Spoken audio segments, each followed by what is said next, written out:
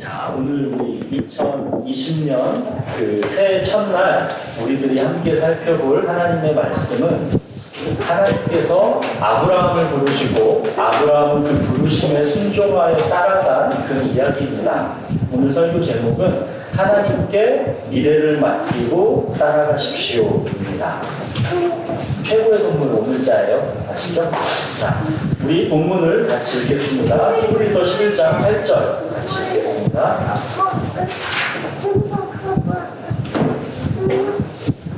히브리서 11장 8절입니다.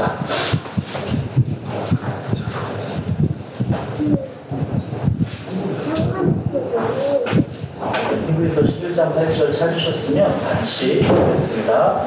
믿음으로 아브라함은 부르심을 받았을 때 순종하여 장래의 유업으로 받을 땅에 나아갈새 갈 바를 알지 못하고 나아갔으며, 하나님께서 세상 도시 문화 속에 살고 있던 아브라함을 찾아오셔서 부르셨습니다.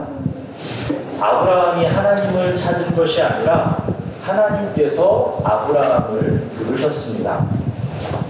하나님께서 수많은 사람 중에서 어떤 한 시점에 그냥 아브라함이라는 사람을 우연히 부르신 것일까요?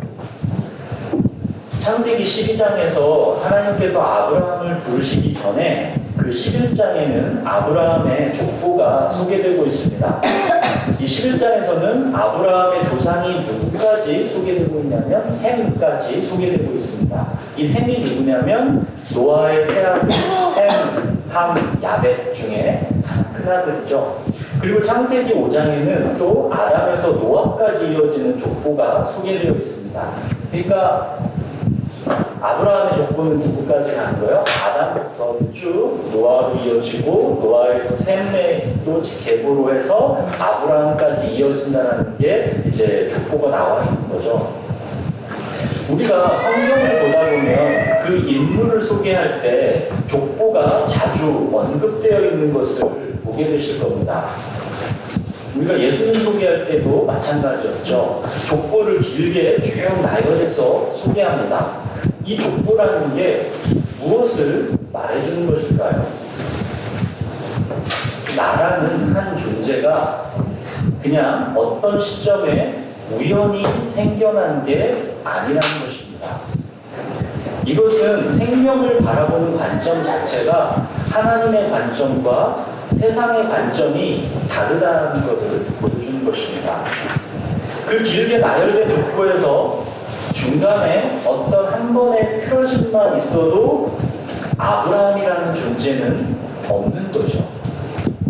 무슨 말이냐면, 자, 나의 10대조 할아버지가 태어나서 결혼하지 못하고 그냥 단명했으면 지금의 나는 없습니다. 그렇죠? 태초까지도 이어지는 그 족보에서 어떤 라인 하나만 끊겨도 지금의 나는 없는 것입니다.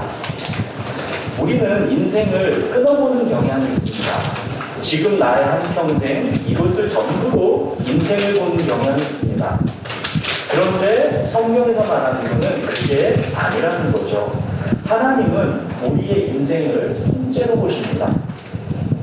지금의 내가 있기까지의 태초까지로 이어지는 족보 전체 속에 나를 한 번에 이렇게 통으로 보신다는 거죠. 하나님께서 나를 부르셨다는 것은 그냥 어느 날 우연히 찾아오신 게 아닙니다. 태초까지로 이어지는 나의 족보, 그 전체 속의 나를 하나님께서 아시고 부르셨다는 것을 말하시는 겁니다.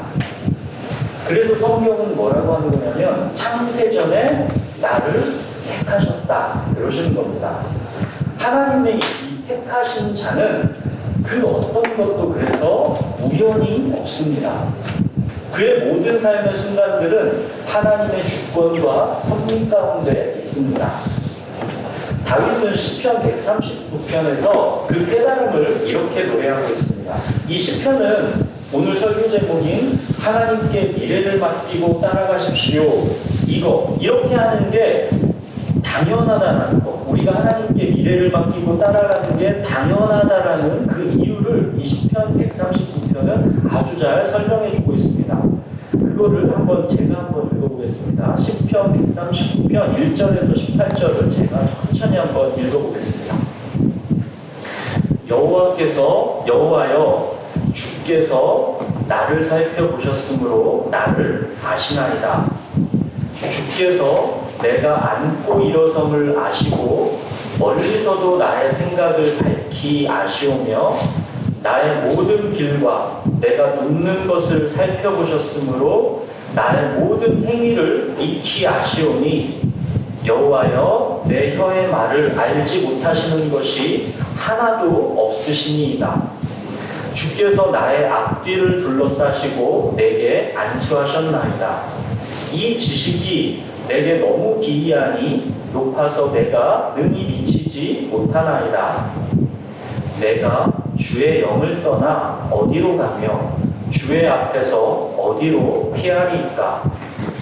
내가 하늘에 올라갈지라도 거기 계시며 스올에 내 자리를 펼지라도 거기 계시니이다. 내가 새벽 날개를 치며 바다 끝에 가서 거주할지라도 거기서도 주의 손이 나를 인도하시며 주의 오른손이 나를 붙드시리이다. 내가 혹시 말하기를 흑암이 반드시 나를 덮고 나를 두른 빛은 밤이 되리라 할지라도 주에게서는 흑암이 숨기지 못하며 밤이 낮과 같이 비추이나니 주에게는 흑암과 빛이 같음이니이다. 주께서 내 내장을 지으시며 나의 모태에서 나를 만드셨나이다. 내가 주께 감사하옴은 나를 지으심이 심히 기묘하심이라. 주께서 하시는 일이 기이함을 내 영혼이 잘 아나이다. 내가 은밀한 데서 지음을 받고 땅의 깊은 곳에서 기이하게 지음을 받은 때에 나의 형체가 주의 앞에 숨겨지지 못하였나이다. 내 형질이 이루어지기 전에 주의 눈이 보셨으며 나를 위하여 정한 날이 하루도 되기 전에 주의 책에 다 기록이 되었나이다. 하나님이여, 주의 생각이 내게 어찌 그리 보배로우신지요, 그 수가 어찌 그리 많은지요. 내가 세려고 할지라도 그 수가 모래보다 많겠소이다. 내가 깰 때에도 여전히 주와 함께 있나이다. 보시면 나를 위하여 정한 날이 하루도 되기 전에 나의 모든 삶이 주의 책에 다 기록이 이미 되어 있다는 것입니다. 우리는 살아가면서 하나님께 왜 이런 일이 내게 발생하였습니까? 라고 물을 때가 종종 있습니다. 왜 나한테 이런 일이 발생했습니까? 그러나 내 삶을 주님께서는 모두 아시고 그 어떤 것도 그저 우연히 벌어지는 일은 없으며 내 모든 삶의 순간이 하나님의 주권과 섭리 가운데 있다는 것입니다. 새해를 맞이하면서 우리는 올 한 해 어떤 일들이 우리 앞에 있을지 알지 못합니다. 그러나 걱정할 필요가 없습니다. 그 이유는 우리의 삶은 하나님의 손에 있기 때문입니다. 또한 우리에게 일어나는 모든 상황은 하나님의 계획 가운데 있기 때문입니다. 하나님은 하나님의 계획에 따라 우리의 미래를 이끌어 가십니다. 하나님은 우리 각자에게 어떤 일들이 일어날지를 다 아십니다. 이렇게 우리의 과거와 현재와 미래의 모든 것을 아시는 하나님께서 아브라함을 부르신 것이고 저와 여러분을 부르신 것입니다. 자, 여기서 우리들이 분명히 짚고 넘어가야 하는 게 있습니다. 제가 지금 일반적으로 모든 인간의 삶이 하나님의 주권과 섭리 가운데 있고 그의 삶을 하나님께서 모두 책임지시고 그의 미래를 하나님께서 당신의 계획에 따라 이끌어 가신다라는 것을 말하고 있습니까? 하나님은 사랑이시니까 그 하나님은 인간 모두를 책임지시고 돌보신다라는 것을 지금 제가 말하고 있습니까? 전혀 그렇지 않습니다. 제가 지금 일반적인 모든 인간과 하나님의 관계를 지금 말씀드리고 있는 게 결코 아닙니다. 하나님께서 창세전에 택하여 예정하신 그 사람의 미래를 말하고 있는 것입니다. 하나님의 때에 예수 그리스도의 피로 죄사함을 받게 하셔서 구원해내신 그 사람의 미래를 말하는 것입니다. 그래서 이제는 사나 죽으나 나는 주의 것이다 고백하면서 주님의 다스림을 받는 하나님의 백성의 미래를 말하는 것입니다. 하나님을 믿고 따르기를 거부한 가나안 족속의 미래는 진멸입니다. 죽음과 영원한 심판입니다. 인간은 죽음과 심판, 지옥이 얼마나 공포스러운 것인지 실감하지 못합니다. 우습게 여깁니다. 하나님은 그것이 너무 불쌍해서 독생자를 십자가에 내주셔서 구원해내시려고 하는 것인데 인간은 죽음과 심판을 우습게 여깁니다. 그냥 이 생 한번 죽으면 그만이지 뭐 이렇게 통 크게 생각합니다. 하나님만 목이 탑니다. 하나님만 그 사람을 건져내려고 간절합니다. 지금 아브라함을 부르셔서 하나님의 언약을 주신 것, 이거 왜 그러신 겁니까? 세상에 복을 주시려고, 세상을 구원하시려고 그러신 것입니다. 모든 민족이 너를 통해 복을 얻게 될 것이다. 내 씨가 대적의 성문을 차지할 것이다. 하나님이 그래서 아브라함을 부르신 거죠. 그런데 인간은 참 태평하도 아니랍니다. 노아의 때를 보십시오. 롯의 가족들을 보십시오. 그 이후에 계속되는 인류의 반응을 보십시오. 사람들은 하나님을 계속 무시해왔습니다. 하나님의 심판을 우습게 여겨왔습니다. 하나님은 그것을 어떻게든 지연하고 막아보려고 애쓰시는데 인간은 참으로 담대합니다. 에이, 그냥 죽으면 그만이지 뭐 이럽니다. 아닙니다. 한 번 죽는 것은 사람에게 정해진 것이지만 그 후에는 반드시 심판이 있습니다. 하나님의 말씀 성경은 이 점을 분명히 하고 있습니다. 히브리서 9장 27절에 보면 한 번 죽는 것은 사람에게 정해진 것이요 그 후에는 심판이 있으리니 심판이 분명히 있다라고 성경은 경고하고 있습니다. 하나님께서 모든 삶을 책임져 주시고 돌보시는 것은 하나님의 백성에게만 해당되는 축복이지 인간 모두에게 해당되는 게 결단코 아닙니다. 하나님의 백성이 아닌 자에게는 죽음과 심판과 영원한 지옥이 있을 뿐입니다. 세상은 그런데 이것을 우습게 여깁니다. 먼 심판, 먼 지옥 그럽니다. 이것이 정말로 무서운 일이기 때문에 하나님의 아들 예수 그리스도의 십자가에서의 그 참혹한 죽음을 통한 구원의 길이 하나님께서 주신 것인데 사람들은 너무 우습게 여깁니다. 우리는 이 구원의 길을 만나야 하고 이 구원의 길을 전해야 합니다. 이 삶에서 이것 말고 중요한 것이 뭐가 있습니까? 사랑하는 여러분, 하늘에 속한 모든 신령한 복은 오직 예수 그리스도 안에서 하나님의 백성이 된 자들에게만 주어지는 것입니다. 하나님은 바로 이 복을 주시기 위해 아브라함을 부르신 것이고 우리를 부르신 것입니다. 우리가 부르심에 대해서 또 살펴볼 것은 하나님께서 부르신다는 것은 그 내용의 핵심, 부르심의 핵심은 떠남입니다. 갈대아 우르라는 세상 도시문화 속에 살고 있던 아브라함을 부르셔서 떠나라 하셨습니다. 이 부르심의 본질적인 내용은 항상 떠남입니다. 하나님의 부르심의 내용에는 예외가 없습니다. 그 핵심은 항상 떠남입니다. 거듭난다는 것도 이런 의미고 자기를 부인한다는 것도 이런 의미입니다. 핵심은 항상 떠남입니다. 어디론가 떠나라는 게 하나님의 부르심입니다. 그럼 어디에서 어디로 떠나는 것입니까? 자기라는 세계, 자기가 주인된 세계, 자기 사랑과 자기 연민의 틀에 갇힌 세계에서 떠나는 것입니다. 이것이 하나님이 부르실 때 그 부르심을 받은 사람이 떠나야 되는 그 사람만의 갈대아 우르입니다. 이 갈대아 우르를 떠나서 어디를 향해 떠납니까? 가나안입니다. 가나안의 특징은 그럼 무엇입니까? 갈 바를 알지 못하는 곳입니다. 그곳이 어딘지 어떤 곳인지 모릅니다. 갈 바를 알지 못합니다. 그런데 떠나는 겁니다. 자기가 주인으로 사는 세계를 떠나서 하나님의 다스림을 받는 세계로 떠나는 것입니다.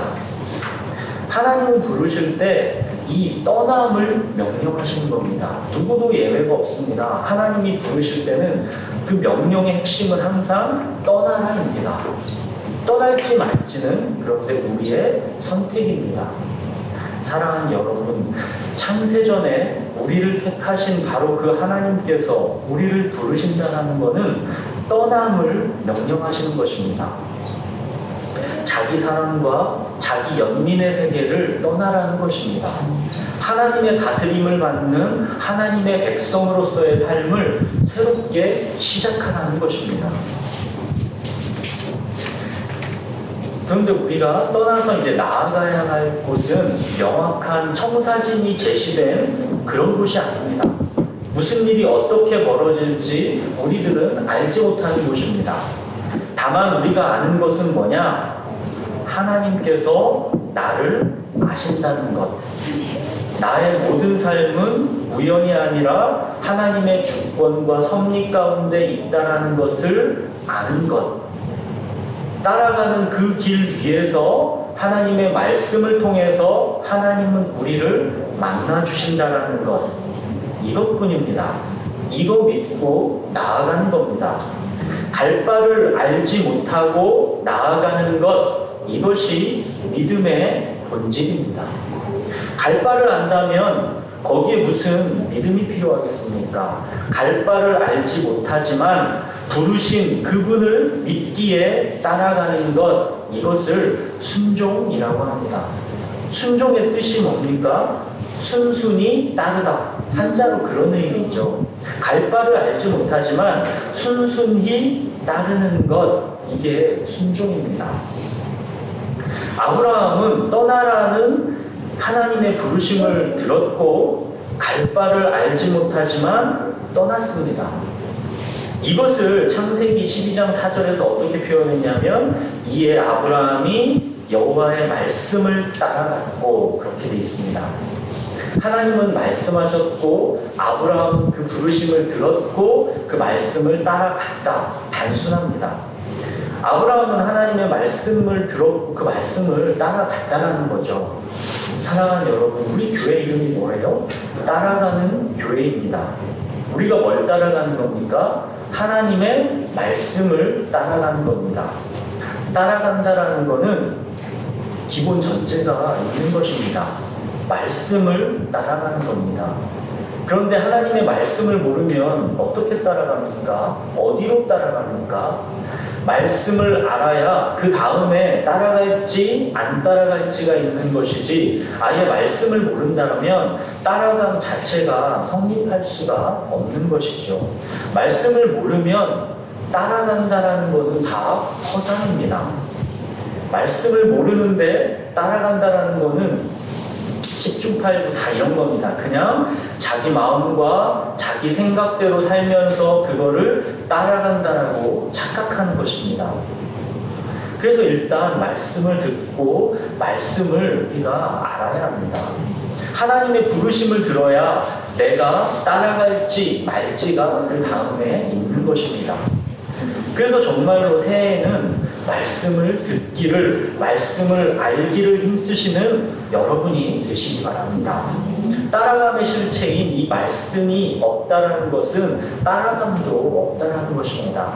하나님의 말씀을 사모하고 그 말씀을 알고 배우려고 혼신의 힘을 다하셔야 합니다. 여기까지는 그래도 정말 행복한 신앙생활입니다. 말씀을 알아가는데 그게 얼마나 행복합니까? 우리들이 갈 바를 알지는 못하지만 바로 이 말씀을 통해서 하나님을 만나는 것이거든요. 이것이 하나님의 백성의 엄청난 축복입니다. 말씀을 통해서 하나님을 만나고 그 관계를 누리는 것, 이것이 없으면 그리스도인은 못 삽니다. 이 행복 없이 그리스도인은 살 수가 없습니다. 그게 그리스도인입니다. 하나님의 백성입니다. 여기까지는 정말 행복한 신앙생활입니다. 문제는 그 다음입니다. 말씀을 듣고 말씀을 배웁니다. 하나님의 뜻을 알아갑니다. 하나님을 만납니다. 그런데 이때부터는 뭔가가 확 바뀌어버립니다. 내가 나의 삶을 사는 게 아니라 하나님께서 내 삶을 사십니다. 내가 나의 삶을 사는 게 아니라 하나님께서 내 삶을 사십니다. 말씀이 육신이 되어, 이게 예수님의 성육신이죠. 이게 우리에게도 이루어지는 겁니다. 하나님의 말씀이 내 몸과 마음을 주관하게 됩니다. 여기에서 진정한 행복과 자유, 아니면 엄청난 고통, 이 둘의 갈림길에 서게 되는 겁니다. 내가 말씀을 몰랐을 때는 이런 갈림길에 서보지 않게 됩니다. 그러나 말씀이 내 안으로 들어오면 이때부터는 이 갈림길에 설 수밖에 없습니다. 말씀이 검이 되어 나를 찌릅니다. 혼과 골수와 영을 쪼갭니다. 이것이 살아있는 하나님의 말씀이 우리 안에 침입할 때 벌어지는 일입니다. 정말 이때부터는 순종이라는 단어가 그냥 쉽게 말해지거나 들려지지 않게 됩니다. 믿음이라는 단어가 그냥 자신있게 내뱉어지지 않게 됩니다. 우리가 순종, 믿음 이런 말을 너무 쉽게 하고 있다면 그거는 정말 우리가 순종하는지, 정말 믿는지, 하나님 말씀 앞에 우리가 진정 서 있어 본 경험이 있는지 한번 생각해 보셔야 합니다. 하나님의 말씀 앞에 우리가 정말로 한 번이라도 서봤다면 순종, 믿음 이런 단어 그렇게 쉽게 우리 입에서 내뱉지 못합니다. 나는 아무것도 아닙니다. 나는 아무것도 못합니다. 나는 한순간도 못 삽니다. 이 고백으로 나아갈 수밖에 없게 됩니다. 나는 정말 아무것도 할 수 없으니 주님께서 살든지 죽든지 나를 좀 어떻게 해주십시오. 나는 정말 아무것도 못하겠습니다. 주님의 처분에 모든 것을 맡기겠습니다. 주님이 내 안에서 내 삶을 살아주십시오. 그럴 수밖에 없다는 것입니다. 말씀이 내 안에 들어오면 그때부터는 알게 되기 때문입니다. 내가 얼마나 지독한 죄인인지 그때 알게 됩니다. 내가 죄인인지를 모르는 것은 말씀을 모르기 때문입니다. 또 말씀을 여러분들이 모르시면 여러분들은 아직 여러분이 죄인인 거 모릅니다. 결단도 알지 못합니다. 말씀의 빛이 들어오기 전에 여러분 안에 있는 어둠, 그 죄를 여러분들은 뚜렷하게 볼 수 없습니다. 말씀을 모르면 내가 죄인인 것을 모릅니다. 절대로 알 수가 없습니다. 말씀의 빛이 들어와서 내 안에 어둠을 비추는 겁니다. 빛을 보아야 그때 어둠을 인식하게 되어 있습니다. 말씀을 모르면 내가 왜 죄인인지 절대로 알 수 없습니다. 말씀을 알고 그래서 죄를 알아야 그때 비로소 십자가만 붙들게 되는 것입니다. 그래서 말씀을 따라가면 예수 그리스도를 만나게 된다는 것입니다. 나는 아무것도 아니라고, 나는 아무것도 할 수 없다고, 나는 한순간도 못 산다라고 그렇게 고백할 수밖에 없게 되는 것, 이거는 말씀을 알게 될 때 우리 안에서 내뱉어지는 탄식이고 고백입니다. 사랑하는 여러분, 말씀을 안다는 것은 정말 위험한 일입니다. 여러분에게 고통을 줄 수 있습니다. 수술하려고 칼을 대는 것인데 어떻게 그게 고통이 없겠습니까? 그렇다고 고통이 무서워서 칼을 대지 않으면 고쳐지지는 않지요. 힘들고 고통스러워도 말씀과 부딪히고 그 말씀과 씨름하고 불순종을 거듭하며 어둠과 고통 속에서 헤매더라도 계속 다시 씨름하고 나아가셔야 합니다. 그게 갈 바를 알지 못하고 떠나는 믿음이고 그게 순종입니다. 이제 그러다가 어느 순간 말씀의 검이 나를 수술해서 내 힘이 쭉 빠지고 깊게 한숨을 자는 순간이 오겠죠. 수술을 해보셨으면 아실 거예요. 수술하고 나면 깊게 힘 뺀 채 한숨을 깊게 자게 됩니다. 그렇게 수술을 마치고 나면 그때부터는 건강한 몸이 되는 거 아니겠습니까? 그때부터가 하나님과 함께 살아가는 진짜 삶입니다. 자기 사랑과 자기 연민의 틀에서 벗어나 정말 광대하신 하나님의 세계 속에서 하나님과 함께 자유롭게 살아가는 그러한 삶은 그때 시작되는 것입니다. 사랑하는 여러분, 2020년 새해에 여러분들은 어떤 삶이 펼쳐질 것을 기대하십니까? 우리는 올 한 해가 우리들에게 어떻게 펼쳐질지 모릅니다. 그러나 우리는 하나님께서 우리를 택하시고 우리를 사랑하셔서 부르셨다는 것을 압니다. 하나님께서 우리의 삶의 모든 순간을 함께 하신다는 것을 압니다. 우리에게 올 한 해 벌어지는 어떤 것도 그저 우연이 아니라 하나님의 주권과 섭리 가운데 하나님의 돌보심 안에서 이루어진다는 것을 우리가 압니다. 말씀을 통해서 하나님은 언제나 우리를 만나시고 싶어 하신다는 것을 우리가 압니다. 이거면 되는 거죠. 바로 그 하나님을 매일 만나면서 그 하나님과 호흡하면서 살아가면 되는 것입니다. 이렇게 하나님과 함께 살아가는 삶은 말씀을 듣고 말씀을 배우고 말씀을 따라간다는 뜻입니다. 올 2020년 한 해 여러분들의 삶을 하나님께 맡기고 하나님의 말씀을 따라서 살아가시기 바랍니다. 우리들이 진정으로 하나님을 따라가다 보면 그때는 가슴 벅찬 하나님의 사랑을 비로소 만나게 됩니다. 뭘 만나게 되냐면 하나님을 내가 따라가고 있는 줄 알았는데 이미 먼저 하나님께서 나를 따라오고 계셨다는 것을 그때 알게 됩니다. 이거는 결코 그냥 지식으로 알아지지 않습니다. 나를 위하여 나를 인도할 신, 이렇게 하나님을 여기는 사람에게는 결코 이 진리가 깨달아지지 않습니다. 나를 위하여 나를 인도할 신, 이 사람이 따라가는 것은 하나님이 아닙니다. 금송아지입니다. 하나님의 말씀을 순종하여 따라가는 자가 알게 됩니다. 하나님께서 나를 따라오고 계셨구나. 하나님께서 나를 따라오신 것이 보일 때 그때는 나에게 아무런 부족함이 없다라는 것을 고백하게 됩니다. 주님이 나의 목자시구나. 이것이 얼마나 놀라운 사랑이요 축복인지를 그때 실감하게 됩니다. 아브라함이 하나님의 부르심을 듣고 말씀을 따라 순종의 길을 결단해서 나아간 것처럼 보이지요. 그렇죠? 그렇지만 아브라함의 족보는 이미 창세전부터 하나님께서 아브라함을 따라오셨다라는 것을 보여주고 있는 것입니다. 오늘 같이 읽은 다윗의 시편도 마찬가지 아닙니까? 내가 주의 영을 떠나 어디로 가며 주의 앞에서 어디로 피하리이까? 내가 하늘에 올라갈지라도 거기 계시며 스올에 내 자리를 펼지라도 거기 계시니이다. 내가 새벽 날개를 치며 바다 끝에 가서 거주할지라도 거기서도 주의 손이 나를 인도하시며 주의 오른손이 나를 붙드시리이다. 다윗이 지금 뭐라고 고백합니까?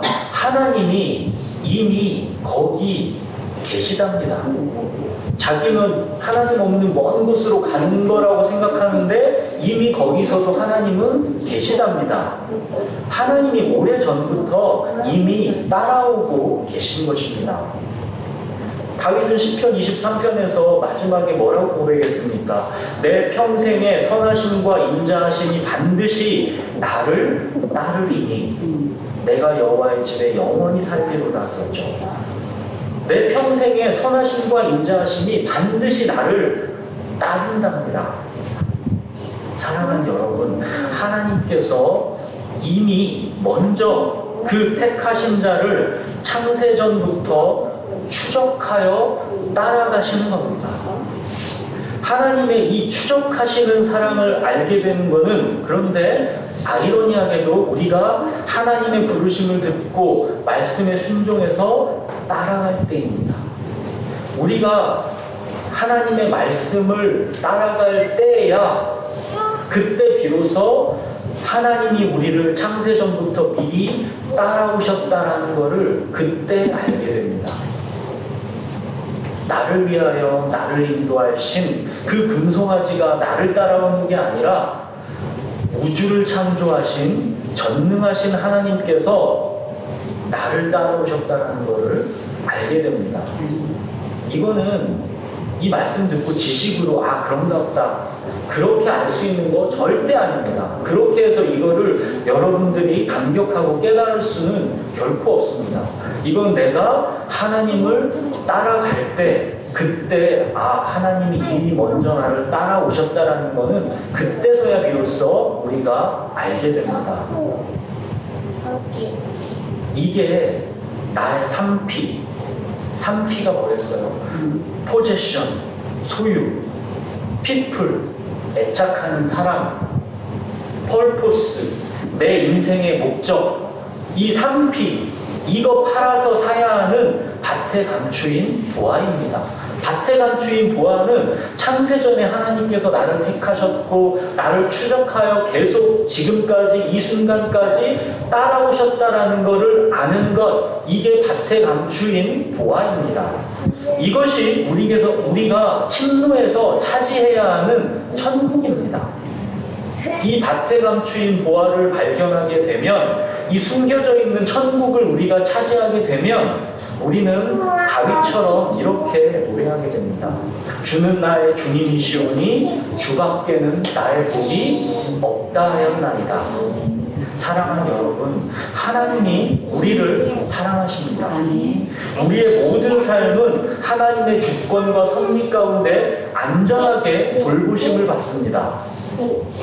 굳이 그 모든 상황과 그 원인을 우리가 알 필요가 있는 게 아닙니다. 우리는 단지 하나님에 대한 믿음이 필요할 뿐입니다. 그 믿음으로 말씀을 따라 하나님을 만나는 게 필요할 뿐입니다. 2020년 새해는 우리 모두가 하나님의 말씀을 알아가는 일에 힘쓰고 그 말씀이 가라하시는 길에 순종하기를 선택하고 따라가는 우리 교회가 되었으면 좋겠습니다. 그래서 창세전부터 이미 하나님께서 나를 택하셨고 예정하셔서 추적해 오시고 따라오셨다라는 이 기막힌 하나님의 사랑과 은혜를 여러분의 머리로 듣는 것이 아니라 가슴으로 정말로 알게 되고 체험하게 되기를 주님의 이름으로 축복합니다. 기도하겠습니다.